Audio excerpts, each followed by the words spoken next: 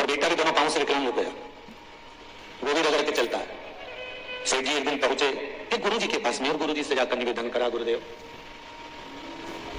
मैंने खूब दान करा, पुण्य करा, सत्कर्म करा, भजन करा, कीर्तन करा, मंत्र जाप करा, स्मरण करा, सब कुछ मैंने किया। पर एक बात मेरे को गुरु जी समझ में नहीं आ रही कि ये सब कुछ मैंने करा, सारा दान करा, पुण्य करा, संकीर्तन करा, पर मैंने ऐसा कौन सा कर्म करा था जिसके कारण मेरे घर में ऐसे बेटे ने जन्म लिया। गुरु जी ने कहा ये तुम्हारे कारण नहीं जन्मा है, ये अपने कर्म के कारण जन्मा है। पूर्व समय में तुम किसान थे, पक्षी को दाना देते थे, प्यासे को पानी पिलाते थे, पति के लिए तुमने भोजन की व्यवस्था करी, आज तुमको भगवान ने धन संपदा, राजा, दौलत सब कुछ दे दिया, सब कुछ प्रदान कर दिया, और ये तुम्हारा पुत्र तुमको भोजन देने आया था और वो भोजन नीचे जमीन पर रख दिया और वो भोजन कुत्ते ने मुक्क मार दिया और इसने एक सरिया उठाकर उस कुत्ते के पांव में मार दिया। कुत्ते के पांव खराब हो गए तो इसको भी उसके जैसी जिंदगी जीना पड़ रही है क्योंकि इसने मारा। बाबू अनिल, आपने जो प्रश्न किया है कि पिता के कर्म का भोग क्या बेटे को भोगना पड़ेगा या बेटे के कर्म का भोग क्या बाप को भोगना पड़ेगा, सास के कर्म का भोग क्या बहू भोगेगी, बहू के कर्म का भोग क्या सास भोगेगी, नहीं नहीं नहीं।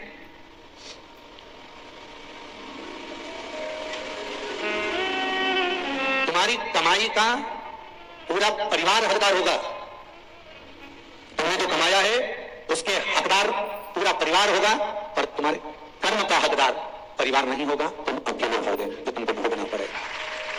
तो कर्म का हकदार कोई नहीं होता, कर्म का हकदार तो आपको खुद को बनना पड़ता है।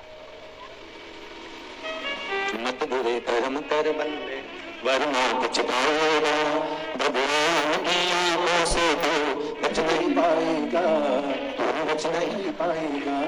अरे अज्ञानी मत करना दानी, तेरे कर्म का फल भी तू ही पाएगा, जैसा किया तूने तेरे आगे आएगा।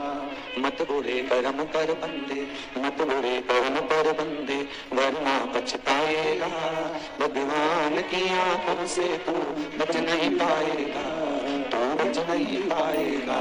अरे ओ अज्ञानी मत करना दानी, अरे ओ अज्ञानी मत करना। अपने कर्म का भोग हमको भोगना है, कोई दूसरा भोगने वाला नहीं रहेगा, कोई दूसरा उसको साधने वाला नहीं रहेगा।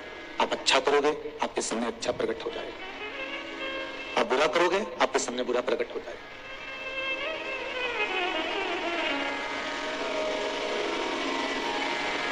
एक बार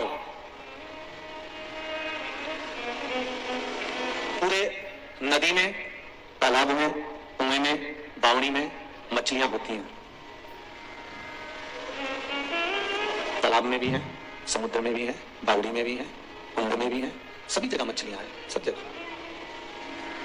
शिकारी जाल बिछाने वाला या कांटा लगाने वाला जो होता है वो इन पूरी मछलियों को पकड़ लेता है क्या?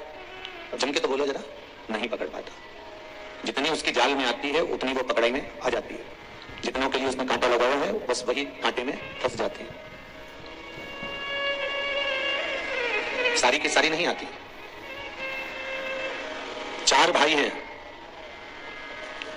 4 भाई। अब एक के पास में धन बहुत है, दूसरे के पास में विद्या बहुत है, तीसरे के पास में वैभव बहुत है, और हो सकता है चौथा बहुत मेहनत कर रहा हो सकता है उसके पास में कुछ भी नहीं हो। बोलो सही है कि गलत है? एक की गोल्ड की दुकान है, सोना चांदी की, वो कमाया तो शोरूम डाल लिया। एक ने टीवी और फ्रिज की दुकान भी खोली, और हो सकता है एक दुकान डालता है, 2 साल अच्छी चलती है, तीसरे साल में डाउन हो जाती है, बंद करना पड़ता है, कर्जा बढ़ जाता है, फिर दूसरी डालता है, फिर कर्जा बढ़ जाता है, फिर दूसरी डालता है, फिर कर्जा बढ़ जाता है। एक परिश्रम में लगा हुआ है, बहुत मेहनत करना पड़ रही है, और एक कोई मेहनत कर ही नहीं रहा। भगवान की ऐसी कृपा है कि उसकी बरकत बढ़ती चली जा रही है। एक गोल्ड का शोरूम का दूसरा बन गया, एक कपड़े का शोरूम का दूसरा बन गया, एक गाड़ी पहले से थी और दूसरी गाड़ी आ गई, उसको ज्यादा मेहनत नहीं करना पड़ रही, उसके पास में अपने आप बढ़ते चले जा रहा है, उसके पास में संपदा बढ़ रही है, अपने आप आ रही है। और एक परिश्रम पर परिश्रम करता है, मेहनत पर मेहनत करता है, उसके बाद भी उसके पास में नहीं आता। फिर वो जिसके पास में नहीं आता ना, वो ना जाने कितने बाबा जोगी के हो जाता है, ना जाने कितनी बैठकों को बुलाएगा, मां कोई घूम रही है। उसने घूमते घूमते बोल दिया कि तेरे ही घर के लोगों ने बांधा है। अब उसके दिमाग में बैठ गया, मेरा बड़ा भाई अच्छा, मेरी बड़ी भाभी अच्छी, मेरा परिवार अच्छा, सबके यहाँ खूब संपदा है। उसने आकर अपनी पत्नी को बताया, या पत्नी ने पति को बताया कि मैंने माँ पूछा था, मैं मायके गई थी, तुम्हारे ऐसा बोल रहे थे, ये तेरे ही घर के लोगों ने बांध दिया। अब ध्यान गया कि इनमें से किसी एक ने बांधा, क्योंकि इनका तो अच्छा चल रहा है, सारा घर तो उनका बढ़िया फल रहा है, बस मुझे ही दुख झेलना पड़ रहा है। तो मुझे ऐसा लगता है कि इनमें से किसी ने बांधा हो। अब उसकी समझ में इतना सा नहीं आ रहा, बांधने वाला तेरा ही बांधा, अंबानी को क्यों छोड़ दिया? अगर टोना करने वाला होता, कहीं का विद्या करने वाला होता, तो सबसे पहले तो मोदी को निपटाता। बोलो सही है कि गलत है? अच्छा अच्छा सूरमा भी करोड़ों रुपए खर्च कर देता कहीं टोना में और विद्या में, कि टाटा को पकड़ो, बिरला को पकड़ो, अंबानी को पकड़ो, जितने धनपति हैं इन पे कोई बंधन नहीं करता, तेरे यहाँ कुछ भी नहीं तो भी ले छोड़ बंधन। और पूरी जिंदगी टेंशन में निकाल दी, मेरे तो भाई ने कुछ कर दिया, मेरे परिवार ने कुछ कर दिया, मेरे रिश्तेदार ने कुछ कर दिया, मेरे कुटुंब ने कुछ कर दिया। ये भाई ना परिवार कुछ करता है, ना कुटुंब कुछ करता है, ना भाभी कुछ करती है, ना ननद कुछ करती है। ये तो हमारे कर्म का लेखा है, हमको अकेले भोगना पड़ता है। वो आपको भी भोगना है, संसार का प्रत्येक मनुष्य उसे भोगेगा, चाहे वो कैसा भी हो। गुरु की करनी गुरु भरेगा, चेला की करनी चेला भरेगा, कर्म का दंड भोगना पड़ेगा। सियोर वाला महाराज करेगा तो कहां ऊपर से टपक आया है क्या? भोगना तो महाराज तुझको भी पड़ेगा। और आप करोगे तो सुन लो रे रतलाम वालो, सरसों का तेल डाल के रखो कान के अंदर, भोगना तो पड़ेगा, चाहे तुम कुछ भी करो, कर्म का भोग है वो भोगना। मरते ही तुम्हारी गदेड़ी जिस पे तुम मरे ना, वो गोदड़ी फेंक देंगे। जो कपड़े पहने वो बोलते जाओ जल्दी जल्दी फेंक देंगे साफ, और नया फर्नीचर बना के उस पे सुला देंगे। एकदम शानदार फर्नीचर बनता, लास्ट वाला। पूरे कमरे का फर्नीचर इतना सुंदर नहीं होता जो आखिरी वाला फर्नीचर सुंदर होता है। एकदम शानदार बेड, उसमें भी हवा की पूरी व्यवस्था, नीचे सींचा है। डनलप का गद्दा में तो बॉडी को पसीना आए इसलिए घास पे सुला दिया जाए। इतना जोरदार फर्नीचर, पूरे मकान में ऐसा फर्नीचर नहीं होगा। बोलो सही है गलत है? जो फर्नीचर आखिरी में बनता है, क्या जोरदार। और बनाने वाला कोई मिस्त्री नहीं होता, अपने ही परिवार वाले सारा फर्नीचर बना दे, एक से बढ़कर है, और के बनाए और कास। अरे उलंग से खींच, हाँ खींच तरह से अच्छी दम कर, वो तो इनका बस नहीं चले, चढ़ के देख ले और पकड़ लो। वो तो आखिरी का फर्नीचर को कोई चढ़ के नहीं देखे, नहीं तो एक आध के सुला के देख ले, बराबरी का एक नहीं देख जरा, सही है? हाँ जोरदार दिखी दिया। और मालूम पड़े एक को सुला के देख लो और वो छोटी पड़ी जाए तो उठ उठ उठ एक और बांधो, उधर उधर एक और बढ़ा लो। गोदड़ी फेंक दी, कपड़ा फेंक दिया, आखिरी में जिस टॉवल से शरीर पोछा था वो टॉवल भी फेंक दिया। इतने में छोरा रोते रोते आया, मम्मी दादाजी के गले की चेन और फेंक दो। इतने में तो मम्मी पल्लू डालती डालती बोली छोरा। को याद आई तो इन्हें अपने पति के पास जाके बैठ के पांव पकड़ के ससुरा का रो रही थी, पति से कह रही थी चेन रह गई। अरे वो चोट तो कितना चोरोगे रे, और वो भी निकाल लिया। क्या जीवन, जीवन का सही आनंद तो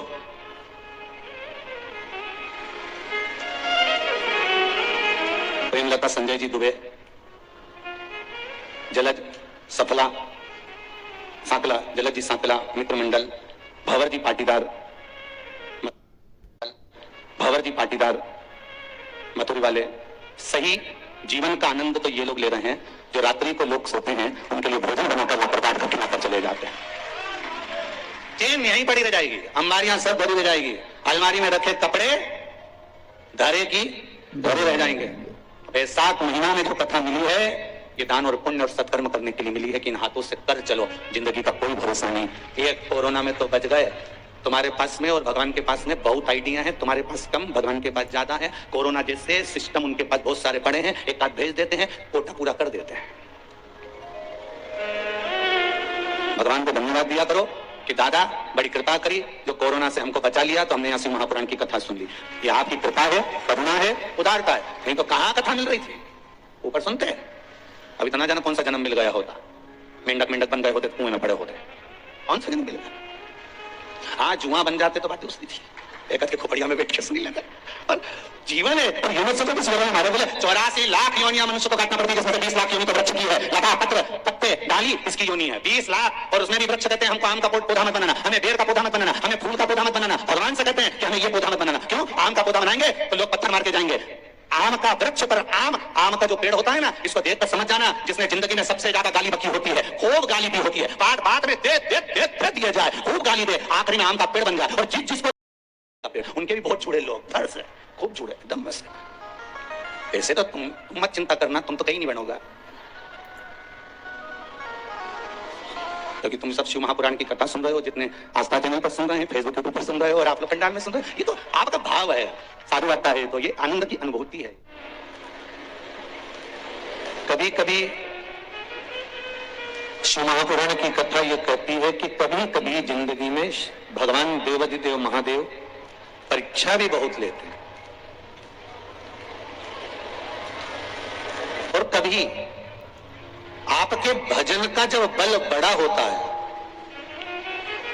आपकी तप साधना का, आपके भजन का, कीर्तन का, स्मरण का, मंत्र जाप का, नाम जाप का बल बड़ा हुआ होता है, तो शिव पुराण कहती है कि भगवान शंकर देवताओं के कहने पर परीक्षा जरूर लेते हैं, और उस परीक्षा में आपको उत्तीर्ण भी करते चले जाते हैं। ये शिव कृपा,